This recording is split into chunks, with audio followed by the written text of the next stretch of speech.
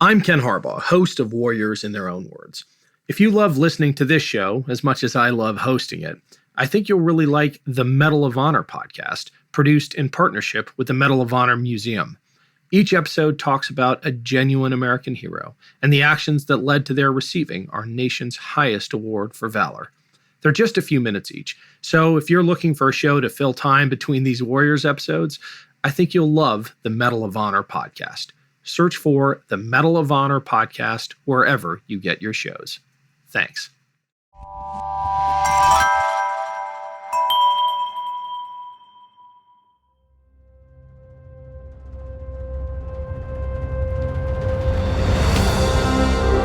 I'm Ken Harbaugh, host of Warriors in Their Own Words. In partnership with the Honor Project, we've brought this podcast back at a time when our nation needs these stories more than ever. Warriors in Their Own Words is our attempt to present an unvarnished, unsanitized truth of what we have asked of those who defend this nation. Thank you for listening, and by doing so, honoring those who have served. Last episode, we heard from Brigadier General Robin Olds, and today we'll hear the rest of his story.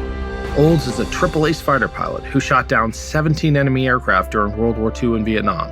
By the time he retired, Olds had won the Air Force Cross, the Distinguished Service Medal, the French Croix de Guerre, and the British Distinguished Flying Cross.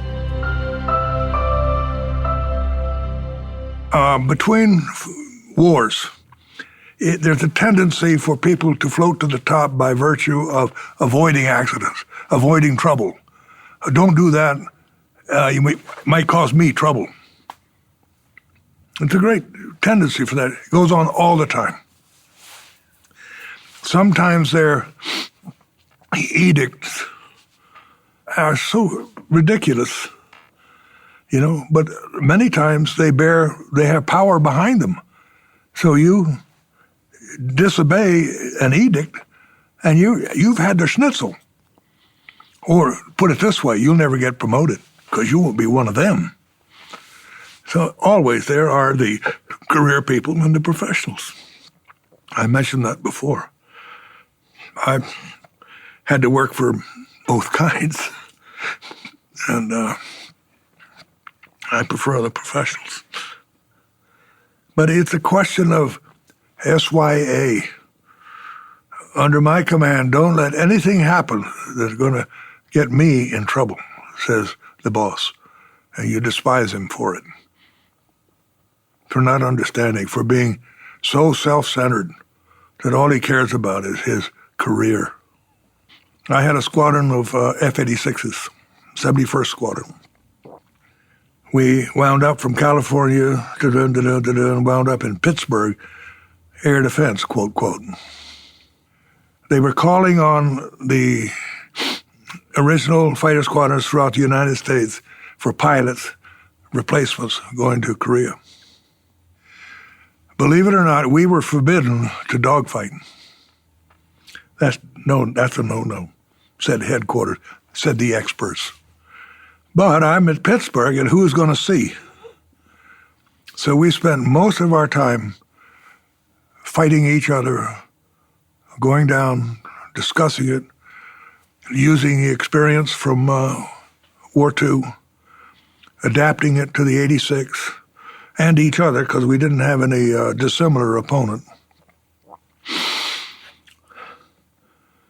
We were honest with each other,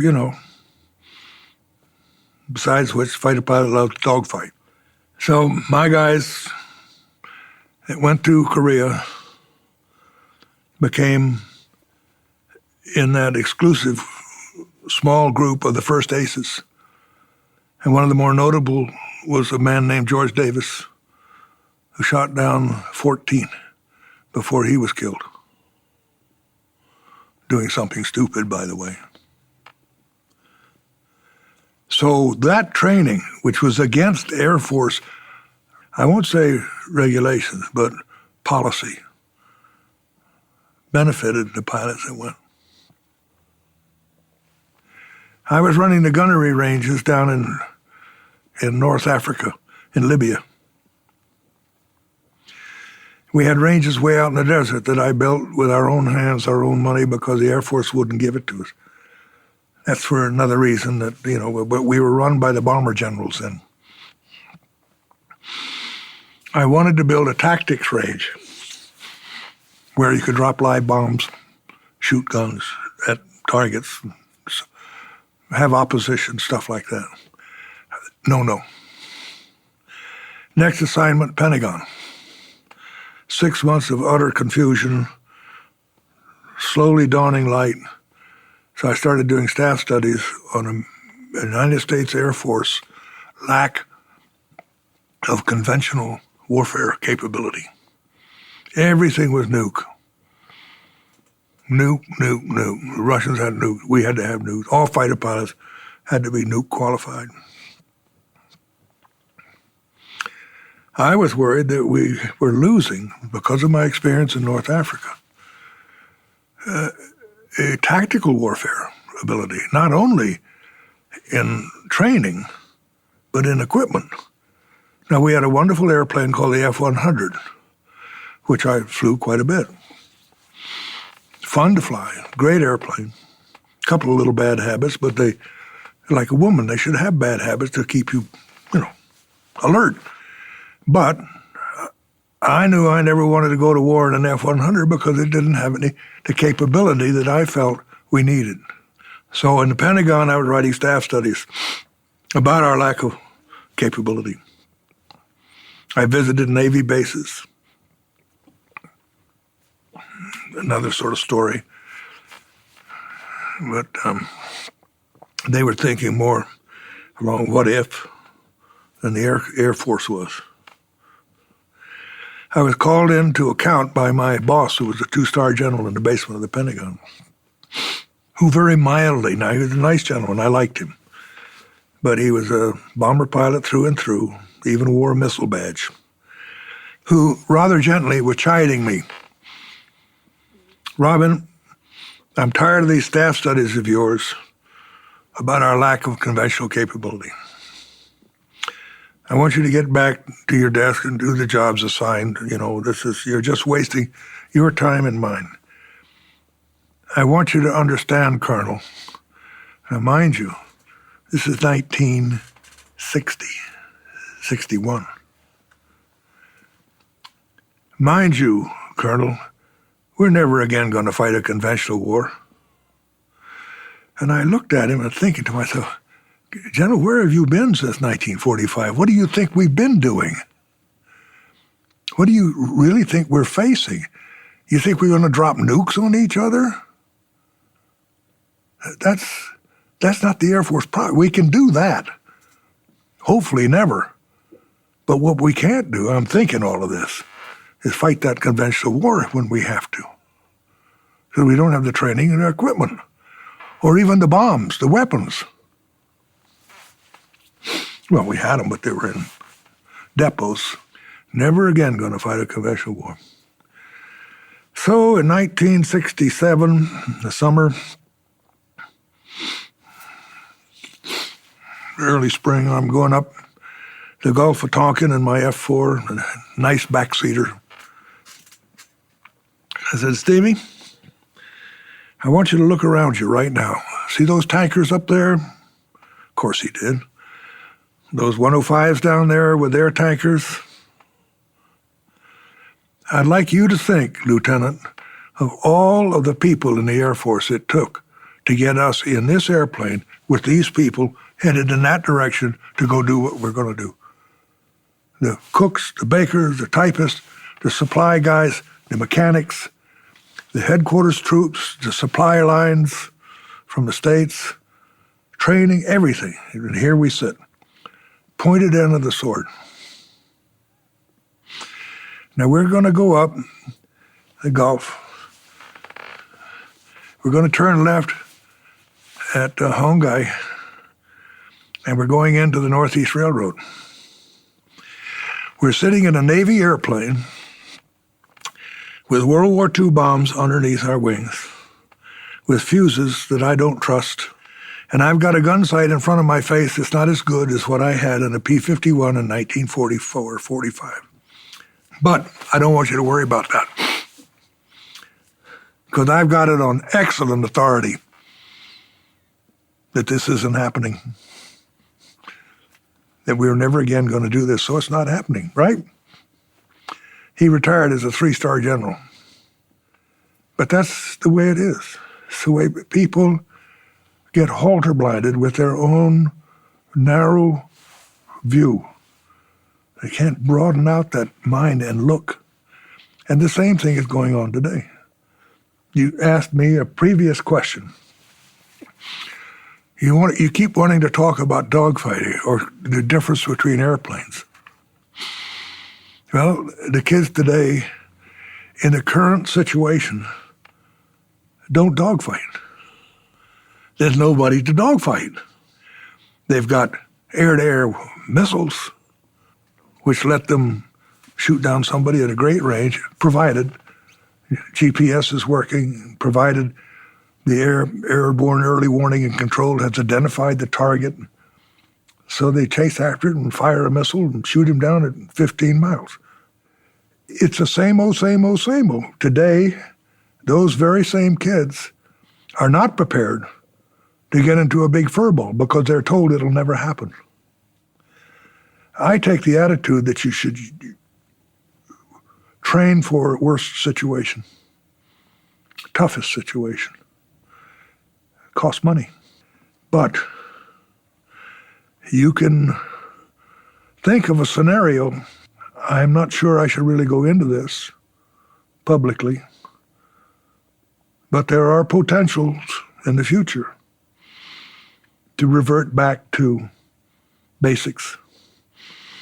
All the modern gimmickry and gadgetry could be obviated by a few well-placed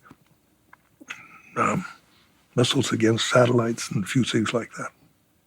And I'm sure anyone looking at this long-winded explanation can use an imagination and think, who are you talking about, General? Who are we going to fight? I ask you. Now, one of the things I would like very much to have you people in the audience understand. Each of you here in this room and each of the people in the audiences that I speak to who was in the service, any rank, swore an oath. I solemnly swear I will protect and defend the Constitution of the United States against all enemies, foreign and domestic. It doesn't say the President. It doesn't say the Speaker of the House of Representatives. It doesn't say the Chief of Staff of the Air Force or the Army or the Navy. It says the Constitution. And by definition, the Constitution is by, for, and of the people. So I have taken great pleasure in standing before a civilian audience and pointing out, for those reasons, I swore an oath, and you were my boss. I do what you tell me to do. Now, this was very effective once University of Minnesota, 1961. I'd agreed to talk to the ROTC kids at their graduation. Way back when. The student body rioted starting in March or April. April, I guess it was. Good way of getting out of finals.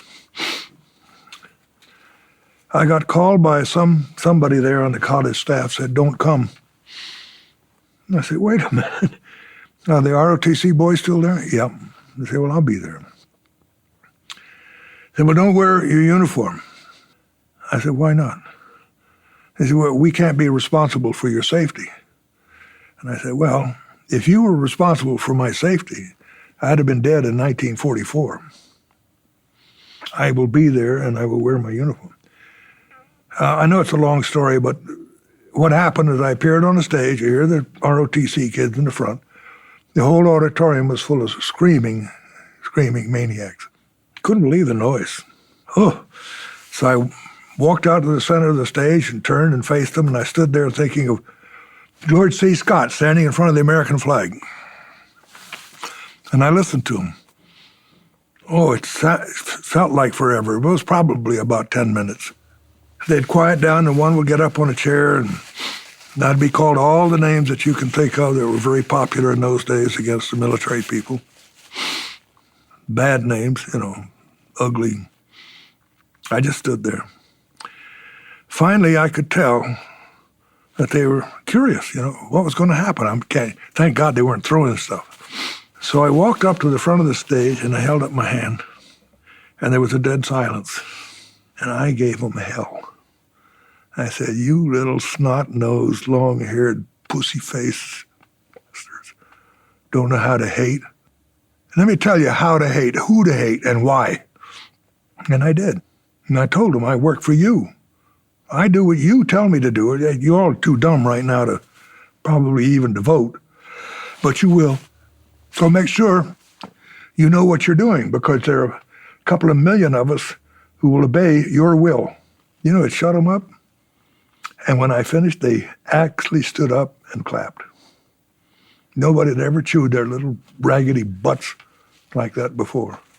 Now, that's far away from airplanes, but it's a background to many of the questions that you've asked me this morning about being in the cockpit. How does it feel? Very basically, that's part of why. We had an airplane called the F-101, of which there were two versions, the interceptor version and the strike version. I commanded the strike version in Europe. The 10 interceptor was two cockpits. The other one, the A and the C were strike, single cockpit, nuke strike. McDonnell Douglas came forward to the Air Force and said, "We have a better version." The Air Force said, "Nah, we don't want that." The Navy, in the meantime, was looking for a fleet defender, a fleet interceptor, if you will. Now, I can't speak authoritatively for the Navy, but I've talked to many of them about this, so I'm basing my remarks on contacts with the guys who were there and the guys who did it. The way the F-4 is designed and its weapon system, the airplane flown in an interceptor role, yes, one pilot could have done it, but you'd be awfully, awfully busy. The kid in the back does all the switchology and the radar work. The guy in the front can see what he's doing on his radar. But it's the kid in the back who locks onto the target, who identifies the target, who sets up the weapon system. The pilot flies what he's told to do on the scope. This is the interceptor version. Pulls the trigger when he's told to do so, and away goes a long-range missile. Now, that's oversimplification. But the F-4 turned out to be a wonderful airplane with tremendous capability in capacity, bomb-carrying capacity, which Navy didn't really take advantage of initially. Now, I told you that long-winded story about the Air Force not having a tactical capability, and finally, they had to go to North American because the F-4s were rolling off the production line and saying, "We want a version." Well, not North American, I'm sorry, McDonnell Douglas. And of course, the guys at the factory were only too delighted. So out came the Air Force version of the F-4. We kept the two seats, only the Air Force put flight controls in the back seat. The Navy didn't have them, ever. So our original backseaters were fledgling pilots with all the capability and the skills to do all the other switchology stuff. Initially, it didn't have a gun because somebody said we didn't need a gun. I think that was probably General Spike Mulmar, who was SINCTAC at the time. We've got that wonderful Sidewinder, and we got that long-range Sparrow. So who needs a gun? As an aside to that, the airplane could carry a gun. It was a pod that fitted under the center line. Had a 20-millimeter Gatling in it with some ammunition, not much. So you could actually carry a gun. Well, during the time I was in Thailand, under the operational orders of 7th Air Force in Saigon, they would try to get me to carry a gun on some of the airplanes on some of the missions. I said, no, I'm not going to do that. Well, I said, no. There are only a handful of my pilots who have the experience of training with a gun, particularly in air-to-air combat. And you put a gun on the belly of that airplane, and these younger guys, their hair is going to stand on end, Their fangs are going to grow, and they're going to go MiG hunting, fighting a MiG.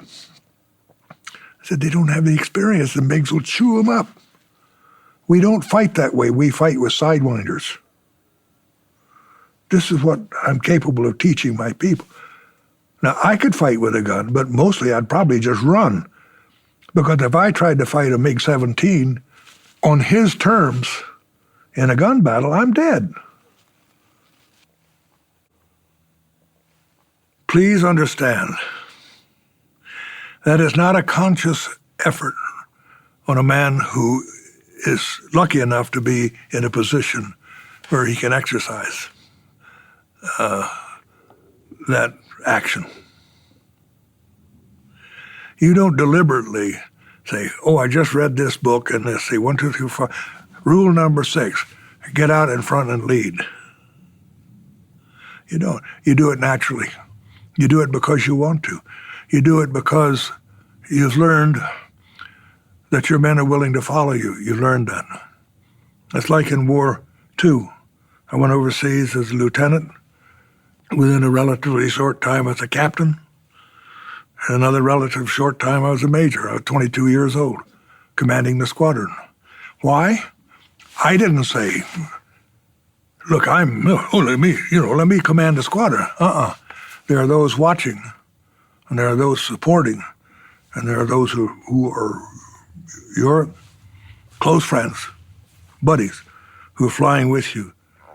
And your personality apparently comes across. Now, I'm not talking about me, because you don't think about it. You be yourself. I got out front because that's where I belonged.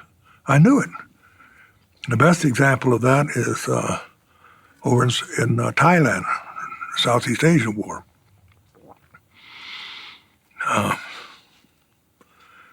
When I arrived at my base, U-Bahn, 8th Attack Fighting Wing,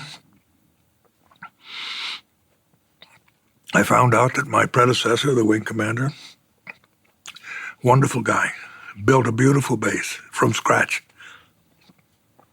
Didn't fly much. And I thought, well, here's my chance. I could not probably have done what he did in building that base. The timing of the changeover was very fortunate. Now, of course, I didn't get right out front, but I remember with some amusement, I'd been there about 2 days. They were equipped with F-4s. That's 2 cockpits. I'd been through training at Davis Mountain and just outside Tucson. Very, very quick checkout in the airplane. I got all the pilots together I could muster in the briefing room and said, okay, guys, my name is Robin Olds. I'm your new wing commander. And I don't know blankety blank about this war. I expect you to teach me. Now I'm going to start at Green 16. That means tail end Charlie. And as I learn and think I'm qualified, I'm going to move up through the ranks till pretty soon I'm going to be out front. And some voice in the rear said, I saw who it was, but I didn't say anything. I said, now, I want you to teach me, and I want you to teach me well, because you don't want some dummy out front leading you, do you? And I said, dismissed, except you. And there was a lieutenant named Dunnigan.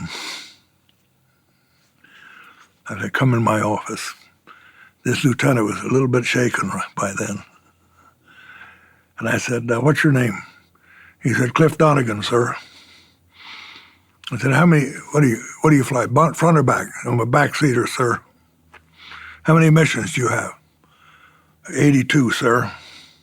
Something like that. I don't remember the exact number. And I said, fine, you're my backseater. Teach me. Well, word gets around in the, especially at the bar at night. You know what the old man said? It's great, We flew our missions twice a day, basically, depending on weather, up around, Route Pac 6, we call it, around Hanoi. My F-4s and the F-105s out of Tockley and Karat. I did my homework to the best of my ability, so I knew the big bases, how many they had, what their tactics were, what their reactions were. We didn't see them all the time. But when they had an advantage, they used it. Not always very cleverly, I thought. But there in 66, 67, basically, we went in as a cohesive force, 105s, F-4s, and you penetrated, which is a good word, their defenses, hit your target, and got out of there. You went against MiGs, SAMs, and flak, 3 elements. Often it was very, very demanding, exciting. And I say in all fairness that I don't think I flew any mission in War II. I flew a lot of tough ones that was as sustainably tough as every mission over up and around Hanoi. Truly. Why were the missions up there so tough? I can tell you. Because the defenses were so tough. With more guns of all calibers, everything from small arms, which didn't count, 20 millimeters, 57s, 85s, 100s. You ran a gamut, a gauntlet, if you like, to the target and back. Now, that's just the guns. So you're cruising along, and all of a sudden, over here in the summertime, there's a blast of dust, a royal of dust. You know what that is. It's a SAM that's just launched. The booster's kicking up the dust. So your eye catches that little white speck. The booster departs, you don't see that, but that little white speck is coming. Then there's another one over here. Now you got 2. Tail End Charlie has got another couple back this way. You watch this white speck and this white speck, okay? He grows larger, larger. Now, in your aircraft, you have what we call a quarter panel up front. The main panel in front of your face, and then 2 quarter panels running down. If that white speck stays steady in your perspective, but just gets bigger and bigger and bigger, you're it. If there's an apparent movement, back, forward, down, he's after somebody else. You watch this one too. So now comes the fun part. You can't just sit there, but you're loaded with bombs. You have a target to get to. So what you do now is you become the clever fish. That harpoon is coming for you or your guys. So you start steering it. You start down, and he follows. If he starts to follow, at the right moment, you scream at your guys, okay, take it down, which means stick slammed into the instrument panel, like that. very uncomfortable. And the missile starts to follow. Then you scream, pull! And you pull like that, and the missile can't make that turn. He goes underneath, hopefully. And you can do this 2 or 3 times on an ingress. Then you roll in on the target, and you can't believe the amount of flak. And the MiGs will hit you on the way out. And you go home and have a drink.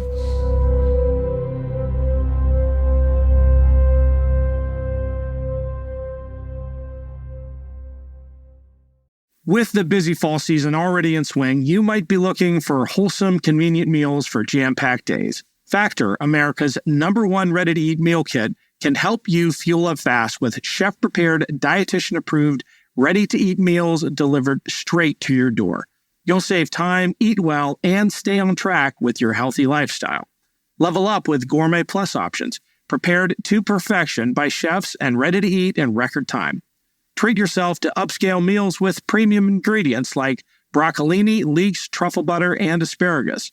Looking for calorie-conscious options? Try delicious, dietitian-approved, calorie-smart meals with around or less than 550 calories per serving. Need an extra boost to support your wellness goals and feel your best as you tackle a busy autumn? Try Protein Plus meals with 30 grams of protein or more per serving. With Factor, you can rest assured you're making a sustainable choice. We offset 100% of our delivery emissions, source 100% renewable electricity for our production sites and offices, and feature sustainably sourced seafood in our meals. This September, get Factor and enjoy eating well without the hassle. Simply choose your meals and enjoy fresh, flavor-packed meals delivered to your door. Ready in just 2 minutes, no prep, no mess. Head to factormeals.com/warriors50 and use code warriors50 to get 50% off. That's code warriors50 at factormeals.com/warriors50 to get 50% off. Wait, are you gaming? On a Chromebook? Yep.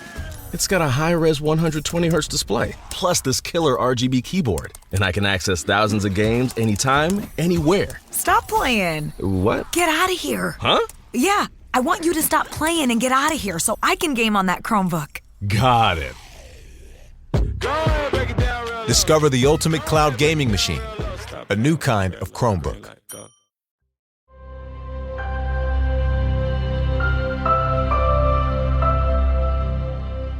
This is one of my most memorable encounters, really. We escorted the bombers deep into Germany, and we got all broken up with a minor sort of scrap, you know. I'm headed west toward England, and here's the 190 headed in the other direction. I don't know where he was going, but he was over his home territory. And we turned at each other, the two of us. And from that ensued one of the more memorable dogfights I was ever in, because that man was good. In the fall of '66, the MiG pilots were getting more and more brazen, bold, chasing the thuds all the way out of Route Pack 6, coming further and further south. There were more and more of them every mission. And there wasn't a whole lot that we could do about it. I mean, big sky, you know. So anyway, it was a big commander's call in the Philippines, run by the 4-star General Sink Pacaf. None of us wanted to go, but, you know, it's mandatory. So I'm there up in the mountains of the Philippines at a place called Baguio, and I approached my boss, who was General Spike Momire, who was the 7th Air Force commander out of Saigon. And I said, sir, as you undoubtedly know, the MiGs are getting more and more frisky, and I have an idea of something we could do about it. And he just grunted, you know, didn't say anything. So I thought, oh, well, end of that. Less than a week later, got a call, report down to 7th Air Force headquarters, General Momire wants to talk to you. What's your idea? And I outlined, sketched a plan. I said, sir, I'd like to take my wing and fly like the thuds fly, same speeds, same formations, same call signs, because I knew that the North Vietnamese listened to everything, you know. They saw you on radar and all that stuff. And lure the MiGs up and have at them. We'll be loaded for bear. He said, well, go home and make a detailed plan, which I did. Well, it wound up that the wing from Da Nang sent up about 18 airplanes. I sent up 32. I had briefed them twice, 2 or 3 times. And I attribute the success of this mission very, very much to fortunate circumstance, you know, fortunate reaction. But one of the main things was a good friend of mine named Donovan F. Smith, who was now a general on the staff in Saigon, called and he said, Robin, I'm going to send you a QRC-190 pods. I said, what's that? I'd heard of them, but I didn't really know what they were. Well, these were the original jammers, electro countermeasure jammers, designed to jam the guidance systems from the ground to the SAMs. They emitted stuff. They put about a 4-degree fuzzy thing on their guidance scopes. So it took 4 of you to cover the whole scope, spread out about 1,500 feet. Well, we flew the mission and we got over the Red River, and I could see that the entire North Vietnam was under a cloud deck. Top's about 7,000, 8,000 feet, which is murder. It's a SAM day then. But I took a chance and said, okay, we're going. Meanwhile, Da Nang saw the same cloud deck, turned around and went home. But we went in, and by time and distance, everything like the thuds, until I suddenly turned and I had 3 flights line abreast. Anything they painted with their radar was enemy. Usually we had to wait for confirmation, either visual or otherwise, mostly visual. Now, there's nobody else up there except us. So bang, fire if you see one. Didn't see one. Went down time and distance right over Phu Quyen, their big base. Hanoi, turned around, came back. My backseater said, I just saw a blip. Went underneath us. I said, oh boy, they're up. Went out, I turned, I came back just as the second flight arrived. Second flight called me. Bull Fulkerson says, Lead, you got a MiG-21 on your ass. I said, what are you going to say? Thanks a lot. Well, that started the fight. And there were MiGs, it seemed to us, everywhere. I fired one long-range missile, Sparrow, at a MiG, but he disappeared into the clouds. I turned and I saw the one that I've talked to you about, where he was in a position where I did a vector roll on him, shot him down with a Sidewinder. In the meantime, my guys are doing good work. One of the funny things is I briefed them and briefed them and briefed them. Radio silence. No unnecessary chatter.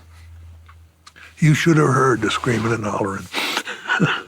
I got him, I got him, I got him. I'm saying, shut up. Hey, Lead, where are you too? What are you? They were so excited. But we landed, counted noses, lost nobody.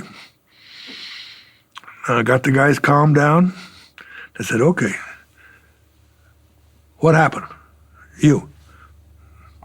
I said, no detail. Did you get a MiG? Yes. You. Turned out we claimed 7. We got 7 that they confirmed. And maybe 1 or 2 more, but couldn't confirm it. So it was a great thing for all of the troops in Southeast Asia suddenly to have something positive happen. Positive. And I think it put a crimp in the North Vietnamese.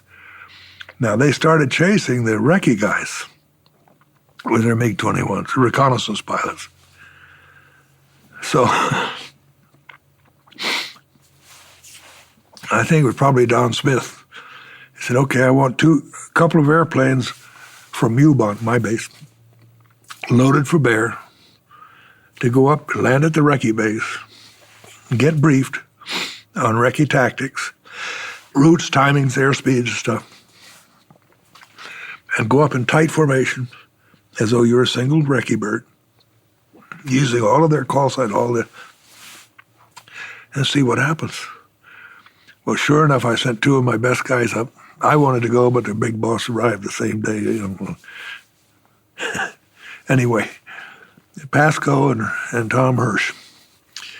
So they went up and they pretended to be recce birds, and here up came 4 big 21s, and they broke and went after them. To the big surprise, they knocked down 2. And it was a long time before the recce birds saw a MiG again. So we got 9 in about 4 days, which really set a tone, not just at my base, but within the forces that were flying up north. Sort of a ha-ha, you sons of bitches. After an encounter where we're all split up, and he and I went at each other. This is the best guy I ever came up against. Oh, he was good. That he turned me every which way but loose, and I tried to do the same to him. When we shot, didn't hit. We started about, maybe 15, 18,000, something like that. Wound up on the deck, as usual. I'm finally getting into position on him, in a 51 now. He's about 50 feet off the ground, going around a tree, here. And I'm gradually close. And all of a sudden, he's in this attitude, turning this way. He rolled this way and went that way. He didn't roll this way. He rolled underneath and went that way. Very shortly thereafter, we were parallel, headed east. He's way over here and I'm way over here.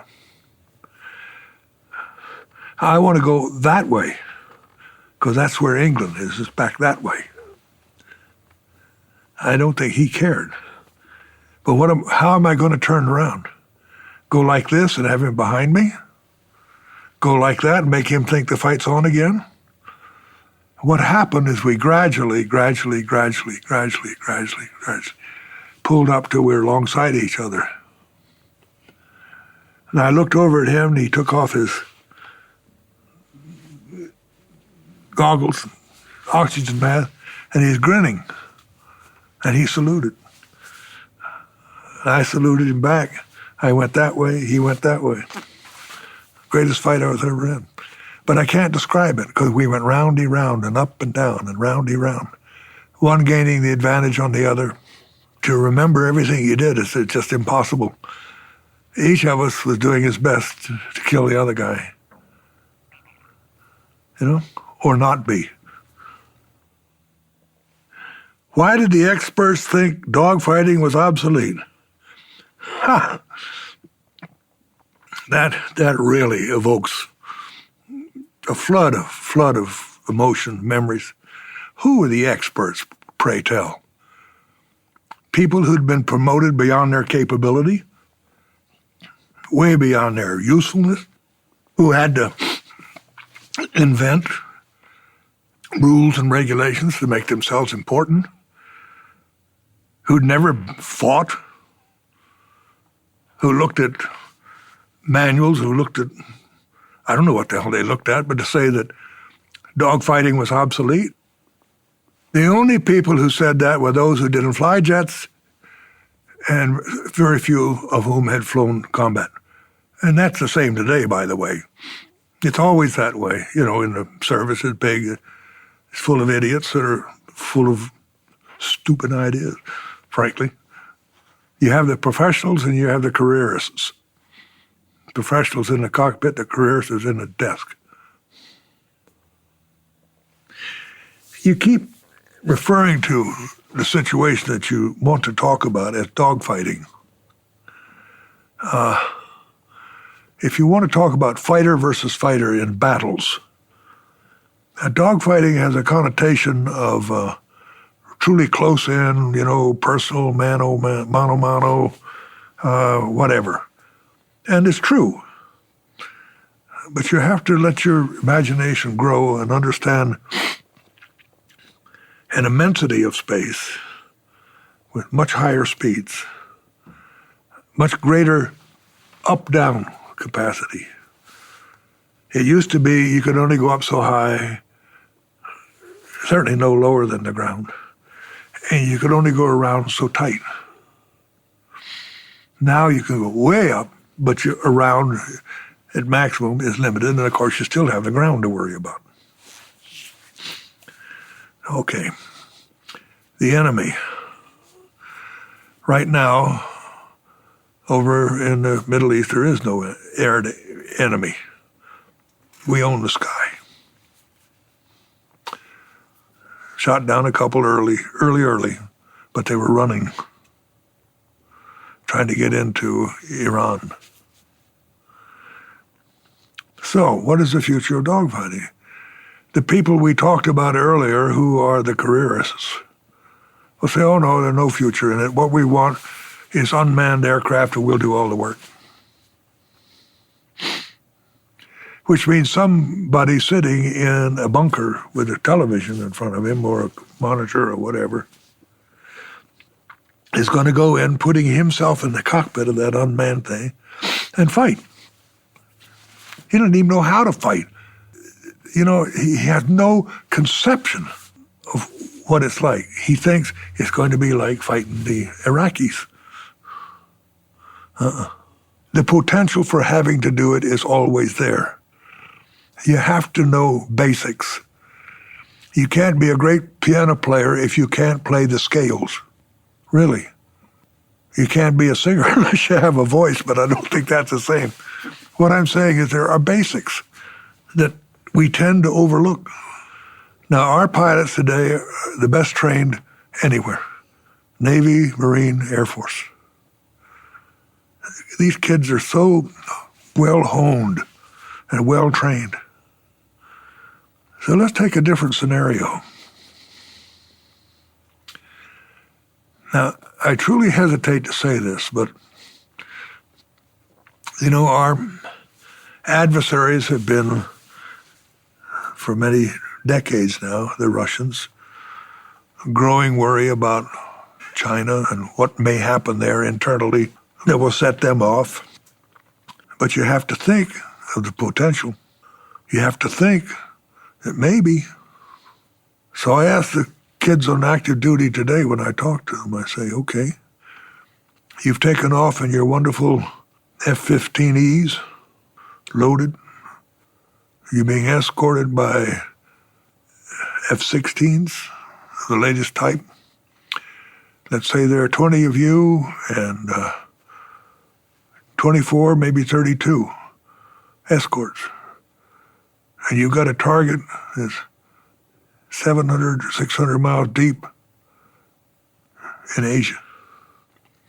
And in these magic radar scopes of yours, you suddenly see a flock, a cloud of enemy aircraft. I don't mean 30 or 40, I mean 150. So fine. You escorts, you fire all your air-to-air missiles. That's maybe 80 of them. I don't know. Figure it out. And every single one of them works. That only leaves 70 of them. And they're coming at you. What are you going to do? Run? Well, you damn well better. And go back and scratch your heads and say, wait a minute. We didn't do that properly. What are we going to do tomorrow? They're not thinking that way. But it is, you said, potential. I say, 20 years? Somebody's going to shoot up a rocket and blank out all the GPSs and all the satellites, all the communications. Half of our forces would be left impotent because they rely so much on relayed data. Not just from the satellite, but from the airborne early warning and control people. Now, for instance, if I had been well, let's say a North Vietnamese commander, or let's say an Iraqi, any kind of commander, I would have sacrificed at least 4 of my fighter guys and say, you go get a tanker or more. An American tanker. Because the American forces are totally dependent upon those tankers for the range they're achieving at getting in to fight the other guy. Now, if you attack with a tanker, they're going to have to move back, way back. They may even go home because we can't afford to lose tankers, which then impacts on our ability to do the kind of fighting we like to do. And I don't know why the hell, I hope none of you bastards are listening, but why they don't do that. I mean, to me, it's logical. That was Brigadier General Robin Olds. Thanks for listening to Warriors in Their Own Words. If you have any feedback, please email the team at kharbaugh@evergreenpodcasts.com. We're always looking to improve the show. For updates and more, follow us on Twitter at @team_Harbaugh. And if you enjoyed this episode, don't forget to rate and review. Warriors in Their Own Words is a production of Evergreen Podcasts in partnership with the Honor Project. Our producer is Declan Roars. Bridget Coyne is our production director, and Sean Rule-Hoffman is our audio engineer. Special thanks to Evergreen executive producers Joan Andrews, Michael DeAloia, and David Moss. I'm Ken Harbaugh, and this is Warriors in Their Own Words.